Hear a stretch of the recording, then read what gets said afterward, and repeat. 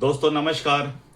दोस्तों मैं बिमल शाही आप सभी लोगों का अपने चैनल में स्वागत करता हूं और उम्मीद करता हूं कि आप लोग सब लोग स्वस्थ होंगे एवं मस्त होंगे।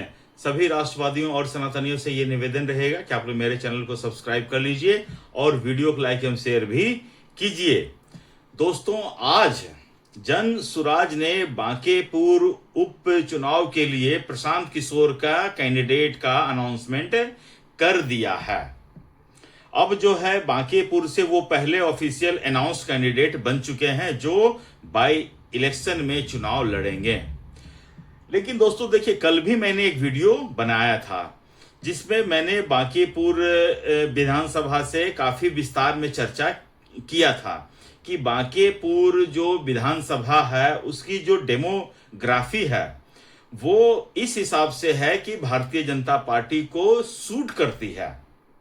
और यकीन मानिए, भारतीय जनता पार्टी पिछले 40 साल से बांकेपुर विधानसभा जीत रही है।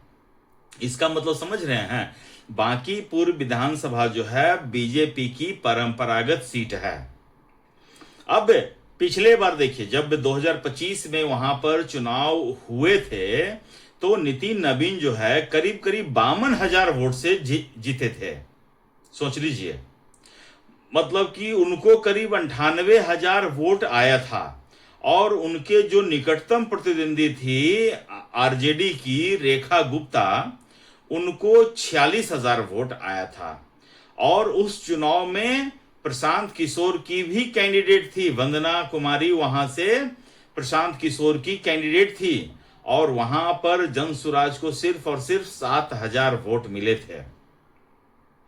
अब सोचिए प्रशांत किशोर को कितना काम करना पड़ेगा कि पहले वो 7,000 को बढ़ाकर 40,000 करेंगे, 40,000 को पार करके 98,000 तक लेके जाना होगा उनको, अगर उनको हराना है भारतीय जनता पार्टी के कैंडिडेट को। तो अभी तक भारतीय जनता पार्टी ने अपने कैंडिडेट का घोषणा वहां से किया नहीं है, लेकिन आप ये जान लीजिए कि कोई भी होगा वो भारतीय जनता पार्टी का छोटा से छोटा कार्यकर्ता ही होगा। और प्रशांत किशोर अगर अकेले लड़ते हैं तो मुझे कुछ कहा नहीं जा सकता है, लेकिन अगर प्रशांत किशोर इंडी अलायंस में शामिल होकर, ठीक है ना, अगर वो राहुल गांधी से, अगर वो तेजस्वी यादव से बात कर लेते हैं और उन लोगों को इस बात के लिए मना लेते हैं कि वो अपने कैंडिडेट वहां से नहीं उतारेंगे, तो ही हो सकता है कि कुछ भारतीय जनता पार्टी को वो फाइट दे सकते हैं या देने की स्थिति में होंगे। अन्यथा मुझे नहीं लगता है कि प्रशांत किशोर किसी भी तरह का फाइट जो है बांकेपुर उपचुनाव में दे सकते हैं। दोस्तों प्रशांत किशोर जो है वो बहुत बड़ा रणनीतिकार रहे हैं। अपने कौशल से उन्होंने कई पार्टियों की सरकारें जो हैं कई प्रदेशों में बनाई है, उसमें भारतीय जनता पार्टी भी शामिल है। 2014 में नरेंद्र मोदी का जो कैंपेन चल रहा था उसके सूत्रधार प्रशांत किशोर ही थे, लेकिन उसके बाद उनकी कुछ अनबन होती है भारतीय जनता पार्टी से, नरेंद्र मोदी से। क्या होती है मुझे पता नहीं, क्या प्रशांत किशोर की इच्छा थी, क्या वो बनना चाहते थे, मालूम नहीं मुझे। उसके बाद से भारतीय जनता पार्टी से उनकी अनबन होती है और 2014 से जो उनका संपर्क या संबंध भारतीय जनता पार्टी से टूटा है वो आज तक जुड़ नहीं पाया है। उसके बाद प्रशांत किशोर तमाम विपक्षी दलों के साथ मिलकर उनकी सरकार जो है तमाम अन्य राज्यों में बनवा चुके हैं। अरविंद केजरीवाल के लिए वो काम कर चुके हैं, ममता बनर्जी के लिए वो काम कर चुके हैं, अखिलेश यादव राहुल गांधी के लिए वो काम कर चुके हैं। इधर साउथ में डीएमके के अभी रिसेंटली उन्होंने थलापति विजय के लिए काम किया और उनको सत्ता में दिलवाया भी। लेकिन दोस्तों क्या वजह है कि प्रशांत किशोर अन्य लोगों के लिए काम कर रहे हैं तो वो जीत रहे हैं, लेकिन प्रशांत किशोर जब अपने लिए, अपनी पार्टी के लिए पहली बार 2025 का विधानसभा चुनाव लड़ा बिहार में, तो उतनी वांछित सफलता प्रशांत किशोर को मिल नहीं पाया। सिर्फ 2 ऐसी सीटें हैं, ठीक है ना। 243 टोटल बिहार में सीटें थी, उसमें से 238 सीटों पर उन्होंने कैंडिडेट खड़ा किया था और 236 सीटों पर उनकी जमानत जब्त हो गई थी। सोचिए, प्रशांत किशोर 3 साल से बिहार का दौरा कर रहे हैं, ठीक है ना, और उनकी सभा में भीड़ भी आती थी, लेकिन भीड़ को वोट में कन्वर्ट करना शायद प्रशांत किशोर को बिहार की जनता समझ नहीं पाई, या प्रशांत किशोर बिहार की जनता को समझ नहीं पाए। उन्हें लगा कि ये जो भीड़ है वो वोट में कन्वर्ट हो जाएगा। तभी तो प्रशांत किशोर चुनाव से पहले कहते थे कि अगर 120 या 22 सीट आती है तो वो इसे पर्सनली हार मानेंगे। 243 में से वो 240-45 तक वो खोज रहे थे कि इतना सीट तक उनको मिल जाएगा।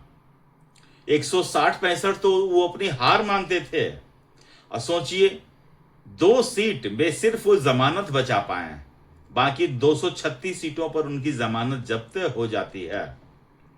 प्रशांत किशोर की भावनाओं को मैंने भी शुरू में लाइक किया था। जिस इश्यूज को, जिस मुद्दों को वो उठा रहे थे, मैंने भी उनका समर्थन किया था। तो मैं उनसे हटा कब, उनकी जो विचारधारा मुझे समझ में नहीं आई। जब वो सभा में जाकर कलमा पढ़ने लगे तब मुझे उनके ऊपर पहली बार डाउट होना शुरू हुआ था। और उसके बाद वो जो वोट चाह रहे थे, उनका ये कहना था कि सिर्फ 40% वोट बीजेपी का है, बाकी के 60%, जिसमें जो 40% हिंदू हैं और 20% मुस्लिम हैं, वो सारा का सारा उनको मिल जाए। तो क्या बाकी के जो हिंदूज हैं उनकी वोट प्रशांत किशोर को नहीं चाहिए क्या? अब अगर नहीं चाहिए तो जो उनका रिजल्ट आया है, इसका मतलब वो सही रिजल्ट उनको मिला है। देखिए दोस्तों, आप किसी वर्ग को इग्नोर करके राजनीति में चल नहीं सकते हैं। ये सिर्फ भारतीय जनता पार्टी ही करना जानती है कि एक बहुत बड़े वर्ग मुस्लिम को इग्नोर करना नहीं चाहते हैं, मुस्लिम उनको इग्नोर करती है, लेकिन फिर भी भारतीय जनता पार्टी जो बचे हुए 80% है उनसे अपना काम चला रही है। लेकिन प्रशांत किशोर क्या चाहते हैं कि वो 40% को इग्नोर करके वो 60% की राजनीति करना चाहते हैं। ममता बनर्जी भी ऐसे ही थी, वो 30% पर ही डिपेंडेंट थी, बाकी 70% को वो इग्नोर करके चलती थी। और जिस दिन वो 70% एकजुट होकर ममता बनर्जी के खिलाफ वोट दे दिया सत्ता से बाहर, यही काम होता है बिहार में।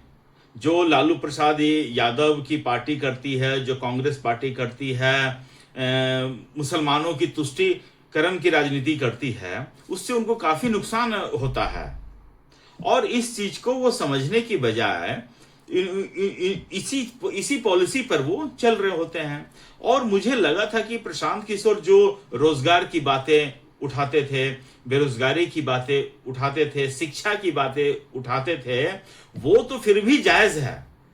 लेकिन जिस तरह वो बात करते थे कि लोगों को अपने बच्चों की चिंता नहीं है, लोग जो है लालू प्रसाद यादव के बच्चों की चिंता करते हैं। लेकिन ये पॉइंट तो ठीक था, ये पोजीशन भी ठीक था। लेकिन जब प्रशांत किशोर कलमा पढ़ने लगे हैं तो बहुत सारे लोग उनसे अलग होना स्टार्ट हो गए कि प्रशांत किशोर की ये लाइन सही नहीं है। और वहीं पर प्रशांत किशोर 2025 के चुनाव में मार खा गए थे। तो अब ये देखना है कि प्रशांत किशोर अपनी गलती से कुछ सीखे हैं या फिर उसी लाइन पे चल रहे होते हैं। ये देखने वाली बात रहेगी दोस्तों, क्योंकि बांकीपुर विधानसभा का जो डेमोग्राफी है वो अलग है। वहां पर कायस्थ, सवर्ण, बनिया समुदाय के लोग ज्यादा रहते हैं, वहां पर मुसलमानों का उतना ज्यादा वोट बैंक नहीं है। तो अब ये देखना वाली बात ये रहेगी कि प्रशांत किशोर क्या अरविंद केजरीवाल की तरह, गिरगिट की तरह रंग बदलते हैं या फिर अपना वही पॉलिसी पे चलते रहते हैं। ये देखने वाली बात रहेगी। और आप लोग मुझे कमेंट करके बताइए कि आपको क्या लगता है। और अपना ख्याल रखिए, स्वस्थ रहिए, मस्त रहिए। नमस्ते, जय श्री राम।